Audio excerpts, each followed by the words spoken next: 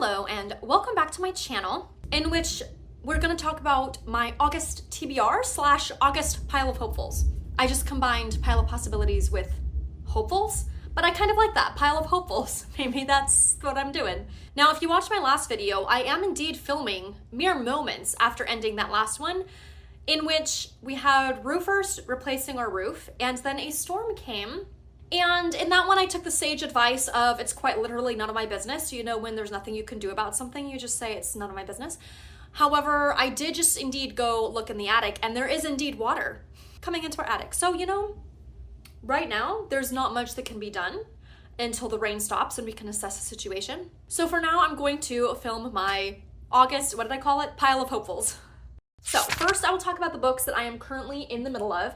And the first one is The Poisonwood Bible by Barbara Kingsolver. I am almost halfway through and I am really enjoying this. I did not really know what this book was about or what to expect from it, but it is really good. It's the first book that I have read by Barbara Kingsolver, and so I'm curious to try more from her later to see if she normally writes from multiple point of views. Each chapter is kind of from the point of view of someone else from the family, and the way that she writes each character is so interesting because each character has their own tone of voice, which is just really cool to think about how she was able to write that. I think she did a great job. The Poisonwood Bible is a story told by the wife and 4 daughters of Nathan Price, a fierce evangelical Baptist who takes his family in mission to the Belgian Congo in 1959.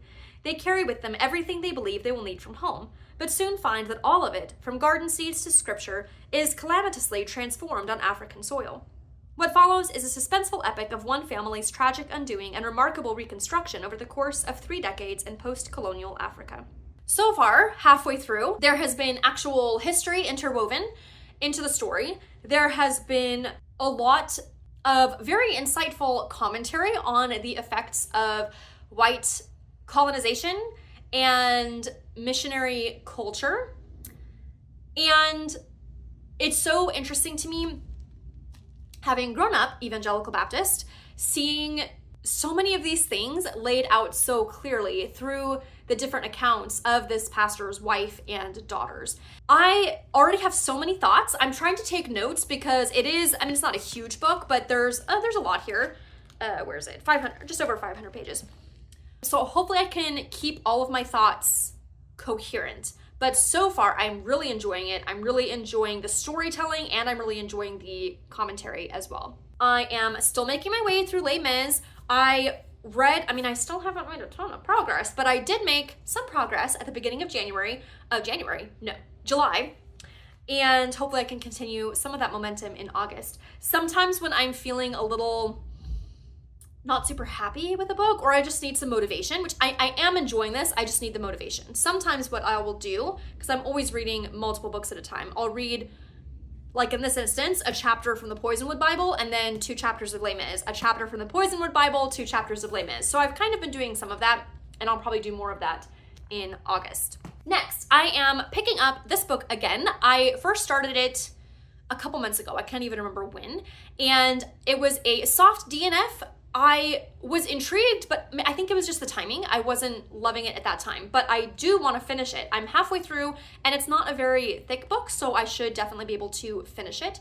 This is the book that is telling the story of Bertha, who, if you have read Jane Eyre, is the first wife, or the wife, of Mr. Rochester, and it's giving her a story and a background, and I'm really intrigued by this so far, and yeah, halfway to go on that. Then I just started this. I'm 1 chapter in, The Glare, yet again. And this is Mockingjay, the 3rd book in the Hunger Games trilogy. I am going through the series for the first time ever, and I am very intrigued to continue this series. I've been trying to decide if I want to do a full video once I finish these 3. I'm still trying to decide if I have enough fully formed thoughts that would make an interesting video. I think I might. We'll see. Hey, future Bonnie here, because I realized I completely forgot to talk about my book club picks for the month. So popping back on real quick to say I have 2 other books for my book clubs. One is my in-person book club, and we are reading You Were Fatally Invited by Andy Pliego. It's a thriller of some sort. I've barely started it, so I'm not super far through. And the book for my virtual book club is The Rainfall Market by Yu Yongwang. And this one I haven't started yet, but I need to start soon so that I can progress through it. But anyways, I completely forgot about those on my original TBR video. And that is it so far. So I am gonna do, I think, what I did last month and for the rest of my TBR, because let's see, that's 3 books, 2 of which I'm already halfway through, so it should be relatively easy to finish these. I mean, Les Mis, I don't plan on finishing in August, but hopefully I can at least make a sizable dent, because it would be nice to finish it in 2025, but at this pace, I will not be, so we'll see. Okay, so I'm gonna do, I think, what I did last time with my random number generator, and I'm going to have the random number generator choose the list for me and then also choose the book. So the list options are my physical TBR would be number 1, my 40 before 40 would be number 2, and the stack of books from my sisters would be number 3. And when I get specific titles, then I'm gonna go and see if any of those would fit in with my diversity book bingo, so that hopefully I can mark a book off of that list as well. So let me roll for my first number. So this is picking which list I will be picking from.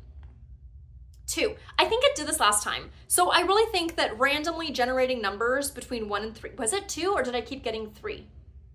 I think it was 2.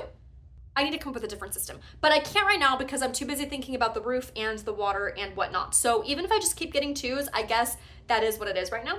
And find my 40 before 40 list, and then I'm gonna random number generate the specific book to read from that. I need to make like an actual graphic of my 40 before 40 because that will be easier than this method. I've lost my 40 before 40 list. That's great. There, I found it. I also, this will tell you how much I prepare for my TBR video because I have not, since I haven't made a cool graphic where I can like check off books, I also have not like taken out the books that I've already read. So I'm just doing 40, and if it happens to be a book I've already read, I'll look for another one. So let's see what book it'll be. Oh, number 1, there goes my theory. And that's out of 40, uh-oh. Number 1 is a classic, and that's Les Mis.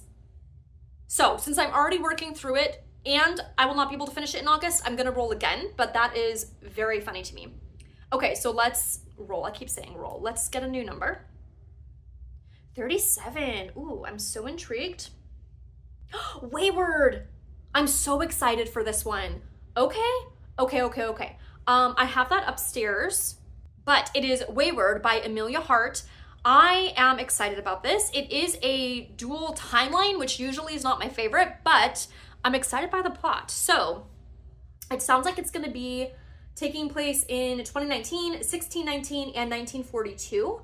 And it's like historical fiction slash fantasy slash, it sounds like, just from reading the description, it's gonna be about like the resilience of women and women's generational stories, and I am so here for that. So I'm excited for that. Okay, so 1, 2, 3, 4. Let's just try it again. Let's just try it again and see if I yet again get number 2, which will be another 40 before 40. So let's see. Number 2, 40 before 40. It is rigged. So I need to figure out a better option for next month for choosing my lists. Maybe I will, well, I have an idea, but we'll see. That's next month's problem. Okay, so let's see what it's gonna recommend now for my 40 before 40 list. Book number 5, that might be another classic, which are often big. Let's see. Nicholas Nickleby. So yet again, I am going to shelve that one because I'm already reading Les Mis and I don't want like 2 chonkers at the same time. So we'll just keep going until we get what we want, basically. That's how the system is rigged. I think the first 8 books were big classics, so we need to get past that. 34. Is that what I did last time? No. 34. Bell Hooks. I'm very excited for this. I'm very excited. So I hadn't decided in my 40 before 40 list video which bell hooks I wanted to read, but I'm pretty sure I want to read All About Love. I'm so excited. This will be so great. So I think I'm gonna call that good. I'm sure I will most likely read more than that, but I would rather underplan than overplan. So I will leave you with these 3: Poisonwood Bible, Mockingjay, and Wide Sargasso Sea, along with Wayward, which I have upstairs, and All About Love by Bell Hooks. I am very excited about this. And of course, Les Mis, I forgot to include that. Okay, so there's my pile of hopefuls, I guess I am calling it in this video. Let me know which of these you've read, and let me know if you have ideas for picking the specific list that I'm picking from, if that makes sense. If I was very ambitious, I could like make an actual jar with just all the titles from all the lists and just pull out a paper. I might do that. We'll see how ambitious I'm feeling. And until next time, happy reading.